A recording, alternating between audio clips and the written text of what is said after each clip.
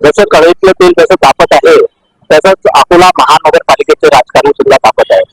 काल सायंकाळी पर्यंत शिवसेना आणि भारतीय जनता पार्टी हे एकमताने बसले होते, पण सायंकाळी सगळ्या घडामोडीवर यांनी आपले आपले उमेदवार स्वतंत्र लढण्याचा निर्णय घेतलेला आहे. त्यासोबतच भारतीय जनता पार्टी सोबत अजित पवार गट हे दोघं जण निवडणूक सोबत लढणार आहेत. तर येणाऱ्या महानगरपालिकेच्या निवडणुका या तेलासारख्या तापणार आहेत. तर आपण आता जाणून घेऊया या प्रभागातील समस्या. तर आपण आलेलो आहोत जवाहर नगर येथील बापू कचेरीवर. तर बापू कचेरीवर मला वाटतं आपण बापूच आहात. हो. तर बापू साहेब, मला सांगा, अकोल्यातील राजकारणाबाबत काल जी युती होणार होती शिवसेना आणि भारतीय जनता पार्टी, तर या बाबतीत आपलं मत काय? व्हायला हवी होती की नव्हती?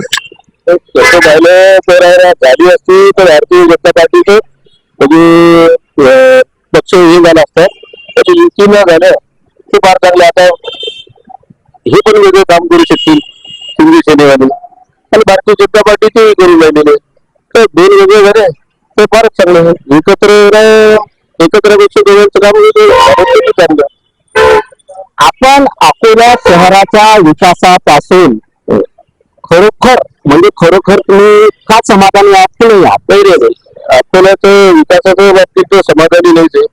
अमरावती मागून येऊन पुढे गेलेले लोक अमरावतीकडे स्थलांतर करून राहिलेले, तर त्यामुळे विकास हा अकोल्याचा फार मोठा प्रॉब्लेम आहे आणि विकास झालेलाच नाही. तर आता भारतीय जनता पार्टी म्हणा काय दुसरं जे येणारं सरकार आहे किंवा आपले वंचितचं म्हणा काय कुठलं दुसरं जे येतील तर मी त्या गोष्टीकडे गांभीर्याने घेतलं पाहिजे. विकासाबाबतीत काय म्हणणार तुम्ही? काय विकास व्हायला पाहिजे आपल्या विकासाच्या बाबतीत आता हा जवाहरनगर एरिया ट्युशन एरिया आहे. इथे पुऱ्या विदर्भात आहे ना, नागपूर नंतर आहे ना, अकोल्याच्या कडे भरपूर ट्युशन एरियासाठी मुलं येतात. इथे रस्त्याच्या समस्या आहे, नालीच्या समस्या आहे, त्या विद्यार्थ्यांच्यासाठी म्हणून काहीतरी असं केलं गेलं पाहिजे. म्हणजे ज्यांच्या घरून आज शैक्षणिक हब झालेला आहे आपल्याला, तर त्या दृष्टीवरून फॅसिलिटी तयार झाल्या पाहिजे त्यांच्यासाठी. इकडे नगर म्हणजे रस्त्याचं तर पहिले झालं पाहिजे, कारण रस्त्याची इतकी मोठी ट्रॅफिकची समस्या इकडे शैक्षणिक एरिया असल्यामुळे रहदारी भरपूर आहे, नाल्याची समस्या आहे, मग त्यानंतर नाल्या असल्यामुळे आरोग्याची समस्या होऊन राहिलेली आहे. या सगळ्या गोष्टीकडे थोडंसं त्याने गांभीर्याने लक्ष दिलं गेलं पाहिजे. शिक्षण हे आपला शहर शिक्षणाचं माहेरघर मानलं जातं. त्या इथे याच्यामध्ये सुधारणा करण्याची मागणी बापू साहेबांनी केलेली आहे. आणखी आपल्यासोबत समस्यासाठी बसलेले आहेत शंकर देशमुख. तर आपलं काय म्हणणं आहे? आमचं म्हणणं असंच आहे की बीजेपीने आजपर्यंत अकोल्यामध्ये काम केलेलं आहे, त्याच्यात माझ्या दृष्टीने थोडंफार काही काम राहिलेलं आहे बीजेपीचं. तर रोडचे काही बाकी ठिकाणी कामं राहिलेले आहे ते बीजेपी पूर्ण करेल, कारण की खाली सरकार त्यांचीच आहे, वरील सरकार त्यांचीच आहे, त्याच्यामुळे निधी त्यांना भेटते.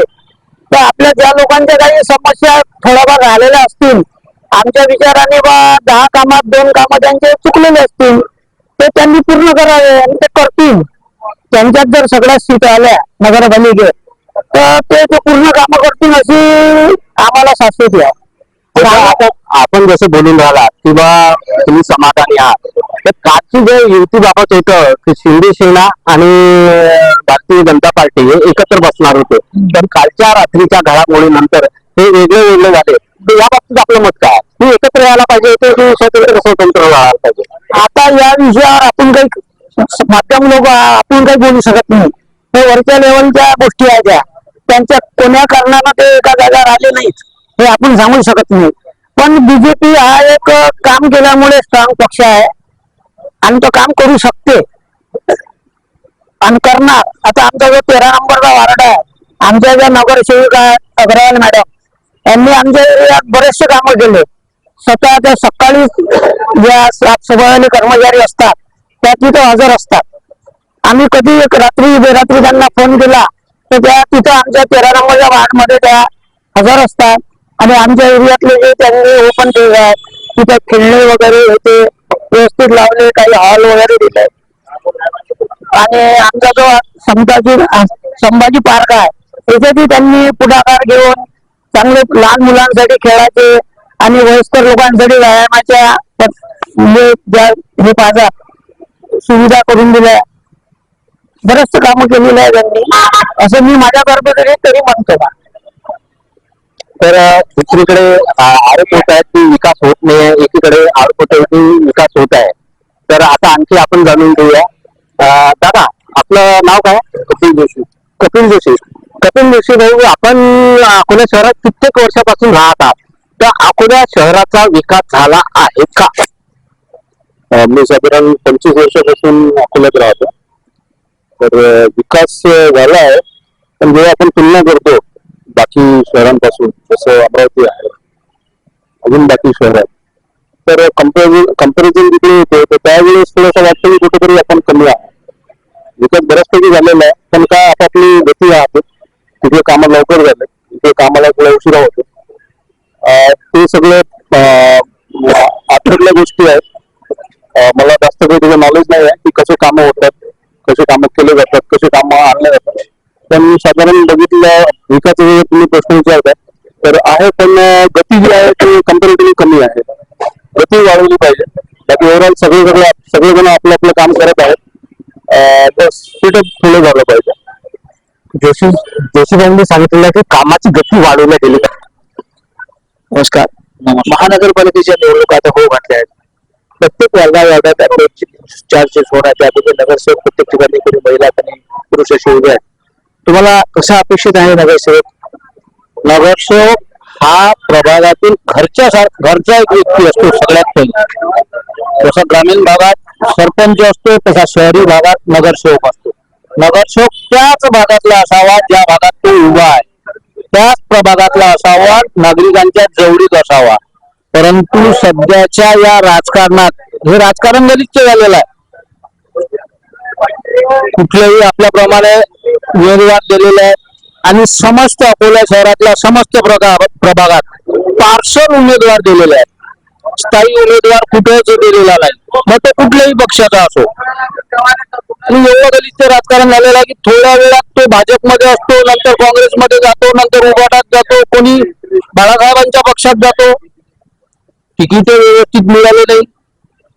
या बाबतीत तुमचं मत काय आहे की होईल आणि मग अशा प्रकारचे उड्या माराव की नाही? एकनिष्ठ असावं आपल्या पक्षाशी, आपल्या कार्याशी आणि आपल्या प्रभागातील जनतेशी. मग अशा वेळी जाणारा तुम्ही मतदार लोक म्हणून काय सुजाण नागरिक म्हणून मी व्यवस्थित उमेदवाराला वोटिंग करेल, पक्षावर जाणार नाही. तुम्ही ज्या परिसरात सध्या राहता त्या परिसरात पाण्याची व्यवस्था कशी आहे, रस्त्याची व्यवस्था कशी आहे, आणि सुंदर अकोला, लव पॉईंट अकोला अशी जे 4 प्रकार आपल्या अकोल्यात याच्याशी तुम्ही खूप समजता.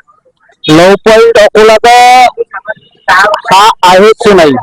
विनय कुमार पाराशर यांच्या काळात अकोला लव पॉईंट होता. त्यांच्या काळात स्वच्छता होती. ती स्वच्छता, ते पाण्याची व्यवस्था आणि तो अकोला, तो अपेक्षित आहे मला. मी लहान होतो, अकोल्यात सुंदर असे गार्डन होते. ते गार्डन व्यवस्था नाही आहे. मी लहान होतो, स्वच्छतेचा प्रभाव फार होता अकोल्यात आणि अकोल्यात प्रेम करणारी जनता होती. आता ती राहिली नाही, तो भागच नाही. आणि अकोल्याच्या स्वच्छतेबाबत बोलत झालं तर काही काळापासून आमच्या इथे दुग्धेरीचा नाला होता. तो नाला वगळला तर नाली झाली आणि ती नाली रस्त्याच्या काठावर आली. जवाहरनगर चौकातील प्राथमिक शाळेच्या पाठीमागे 30 फुटाची सर्व्हिस लाईन आहे. ती सर्व्हिस लाईन तिथून निघून तर डायरेक्ट डेअरीपर्यंत जाते. ते सर्व्हिस लाईनच गायब आहे. ते सर्व्हिस लाईनच दिसत नाही. त्या शाळेच्या समोरून सर्व्हिस लाईन काढली, ती 1.5 फुटाची नाली, पूर्वी बांधलेली 2 फुटाची. नमस्कार. नमस्कार. तुम्ही स्वच्छ अकोल्यात राहता, सुंदर अकोल्यात राहता, कृष्ण अकोल्यात राहता की कटिबद्ध प्रदेशात राहता, हे तुम्ही मला सांगा की हे अकोला कसं असायला पाहिजे? अकोला सुंदर असायला पाहिजे. तुम्हाला असं वाटत नाही की आताचा अकोला खूप सुंदर आहे? आता तर नाही वाटत. का? अकोल्याचा विकास पाण्याने असा आहे ते नाल्या पा साऱ्या तुंब नाल्या भरतात आणि सारी धूळ म्हणजे इकडचे जे लोक आहेत, हे जे राजकारणी लोक आहेत हेच चालले मोठे मोठे होत आणि हे राहिलं बाकीचं करायचं सगळं. हे नाल्या बागाच्या तिथे ते समोर चौकात जो नाली आहे तर त्याचाही काही ना काही पूल बनला पाहिजे मोठा, त्याच्यातून पाणी गेलं पाहिजे, महानगरपालिकेच्या कर्मचाऱ्याला बी त्रास नाही झाला पाहिजे, असं पाहिजे. तुम्हाला कसं अपेक्षित आहे अकोला? ते तुम्हाला कसं अपेक्षित आहे? काय झालं पाहिजे? चांगलं झालं पाहिजे.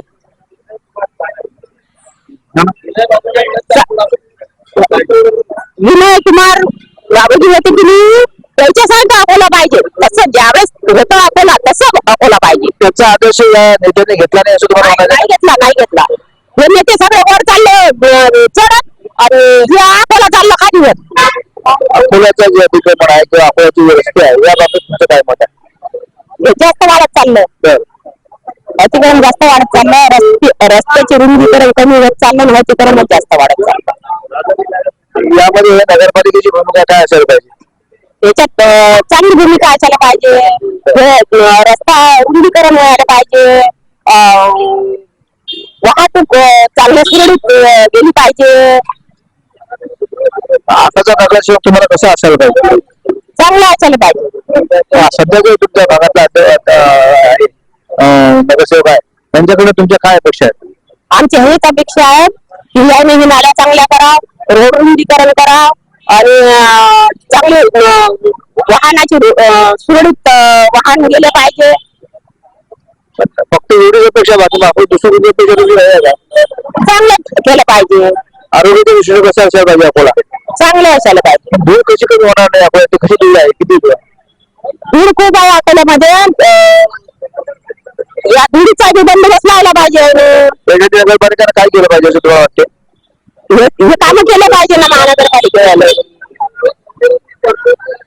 जिल्ह्यातील सत्यलढाच्या महत्त्वपूर्ण घडामोडी पाहण्यासाठी आपले Satyaladha YouTube news channel subscribe करा, बेल आयकॉनला क्लिक करा आणि रहा सदैव अपडेट.